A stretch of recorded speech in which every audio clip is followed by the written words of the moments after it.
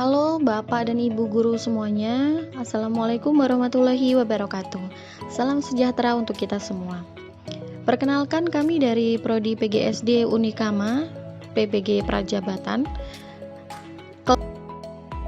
kelas 1 kelompok 2 dengan anggota Elizabeth Yulita Kiara Klisti, Muhammad Citra Mardihasyah, Muhammad Arif Alvan Hadi, Radinas Putri Ayuning Firdaus, dan Winda Aulia.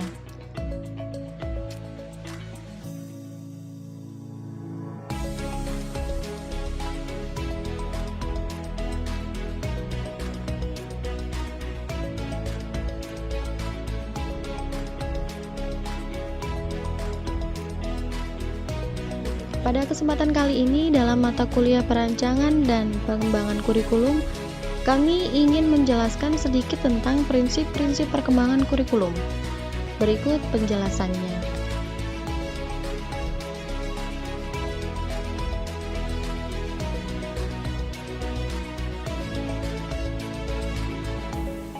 Dalam Undang-Undang tentang Sistem Pendidikan Nasional Nomor 20 Tahun 2003 Pasal 1/19 disebutkan, kurikulum merupakan seperangkat pengaturan dan rencana mengenai tujuan, isi, dan materi pelajaran, serta cara yang digunakan sebagai pedoman kegiatan pembelajaran guna mencapai tujuan pendidikan.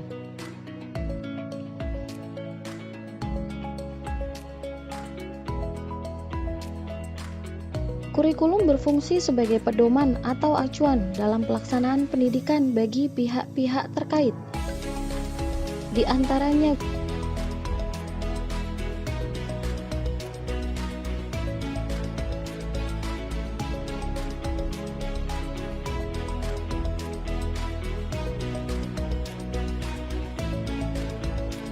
guru, siswa, kepala sekolah, pengawas, orang tua, dan masyarakat.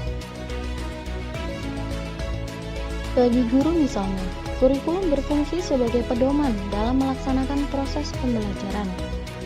Lalu bagi kepala sekolah dan pengawas, kurikulum berfungsi sebagai pedoman dalam melaksanakan supervisi atau pengawasan. Selanjutnya bagi orang tua, kurikulum berfungsi sebagai pedoman dalam membimbing anaknya belajar di rumah. Dan bagi masyarakat, kurikulum berfungsi sebagai pedoman untuk memberikan bantuan bagi terselenggaranya proses pendidikan di sekolah. Dan yang terakhir, bagi siswa itu sendiri, kurikulum berfungsi untuk mengarahkan siswa agar memiliki sifat mampu menyesuaikan diri dengan lingkungan, baik fisik maupun sosial, membentuk siswa menjadi pribadi-pribadi yang utuh untuk dapat hidup dan berintegrasi dengan masyarakat, memberikan pelayanan terhadap perbedaan individu siswa, mempersiapkan siswa untuk melanjutkan studi kependidikan berikutnya dan hidup dalam masyarakat, memberikan kesempatan kepada siswa untuk memilih program-program belajar yang sesuai dengan kemampuan dan minatnya, membantu dan mengarahkan siswa untuk dapat memahami dan menerima potensi dan kelemahan yang dimilikinya.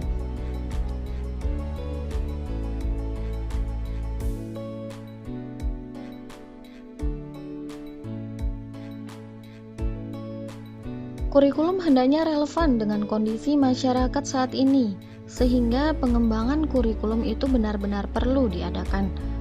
Proses perkembangan itu berkenaan dengan perkembangan kurikulum yang sifatnya sama sekali baru, ataupun berupa penyempurnaan dan perbaikan dari kurikulum yang telah atau sedang dilaksanakan.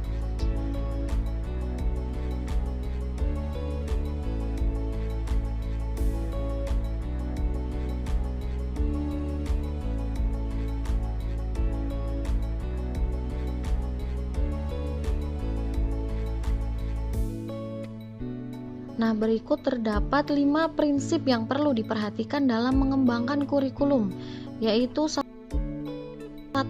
Relevansi, 2. Fleksibilitas,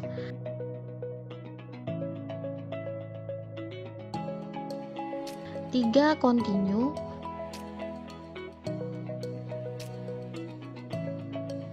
4. Efektif,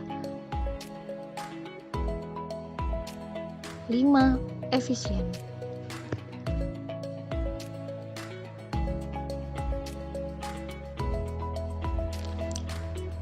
Kali ini kami tidak akan menjelaskan tentang kelima prinsip tersebut. Kami akan menjelaskan tentang prinsip yang kedua, yaitu prinsip fleksibilitas.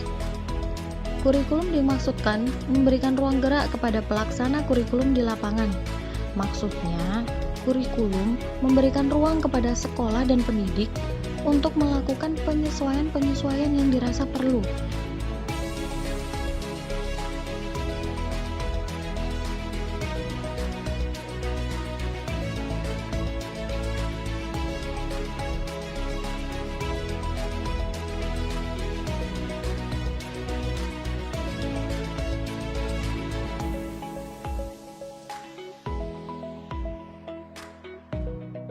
Yang mana penyesuaian tersebut bisa dirumuskan dalam tiga rumusan. Yang pertama, sesuai dengan kemampuan dan latar belakang pembelajar. Yang kedua, disesuaikan dengan kondisi regional. Dan yang ketiga, disesuaikan dengan waktu dan tempat. Adapun penjelasannya berikut ini. Poin pertama, sesuai kemampuan dan latar belakang pembelajar. Setiap individu di dunia ini memiliki karakteristik dan keunikan masing-masing. Dari segi fisik, setiap individu jelas tidaklah sama. Dari segi kemampuan, setiap individu juga tidak sama. Dari segi minat pun juga berbeda-beda. Latar belakang setiap individu mempengaruhi keberagaman ini. Maka penyesuaian-penyesuaian bisa dilakukan oleh sekolah dan pendidik khususnya, agar dapat mewadahi setiap keberagaman yang dimiliki oleh peserta didik. Contohnya adalah penggunaan berbagai metode belajar yang dapat memfasilitasi semua peserta didik dengan keberagamannya. Jadi, tidak hanya menggunakan satu atau dua metode belajar yang sama, monoton. Tidak seperti itu. Selain penggunaan metode pembelajaran, guru juga harus memperhatikan penggunaan media belajar dan kesediaan sarana dan prasarana yang dimiliki oleh sekolah, sehingga pembelajaran dapat berjalan secara efektif karena memudahkan siswa memahami materi pembelajaran dengan melibatkan kesediaan benda yang konkret dalam pembelajaran. Yang kedua, disesuaikan dengan kondisi regional. Indonesia memiliki wilayah yang sangat luas dengan berbagai macam karakter geografis, sosial, dan budaya, sehingga antar wilayah yang satu dengan yang lainnya tentunya tidak sama. Kondisi geografis pegunungan tidak sama dengan pantai, juga tentunya tidak sama pula dengan perkotaan. Budaya di kota atau kabupaten yang satu dengan yang lain pun tidak sama.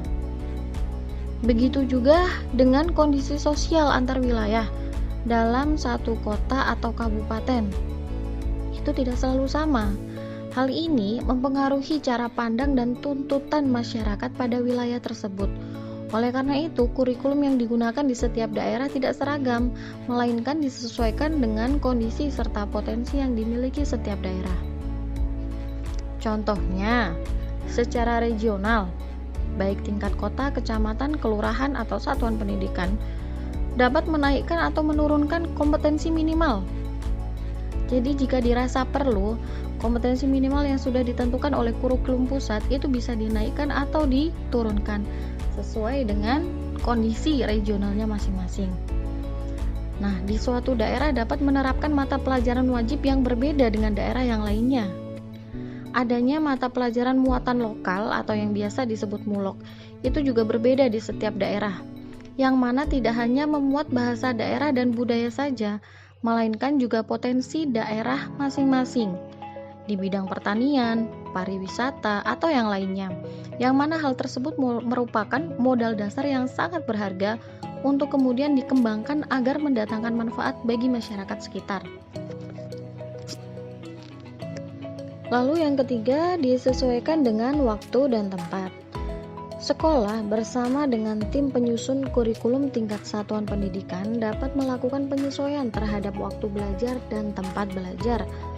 Contohnya, sekolah alam yang memiliki konsep belajar langsung pada alam, atau homeschooling, atau sekolah luring atau daring. Nah, selain itu, sekolah dapat memilih waktu belajar full day atau non-full day. Membagi waktu belajar menjadi 2 shift, pagi, siang, karena kurangnya ketersediaan ruang kelas. Contoh lainnya yaitu terkait tahun ajaran atau ketentuan kebijakan dari pemerintah kapan kurikulum harus diterapkan. Maksudnya adalah menyerahkan sepenuhnya kepada satuan pendidikan mengenai kesiapan menggunakan kurikulum baru atau tetap menggunakan kurikulum lama. Baik, Bapak Ibu guru sekalian, itu tadi sedikit yang dapat kami sampaikan mengenai prinsip fleksibilitas dalam prinsip-prinsip pengembangan kurikulum. Semoga apa yang kami sampaikan tadi dapat menjadikan bahan acuan atau pembelajaran atau wawasan untuk Bapak Ibu guru sekalian untuk terus berkarya di bidang pendidikan. Terima kasih atas waktunya dan terima kasih sudah meluangkan diri untuk melihat video kami. Assalamualaikum warahmatullahi wabarakatuh.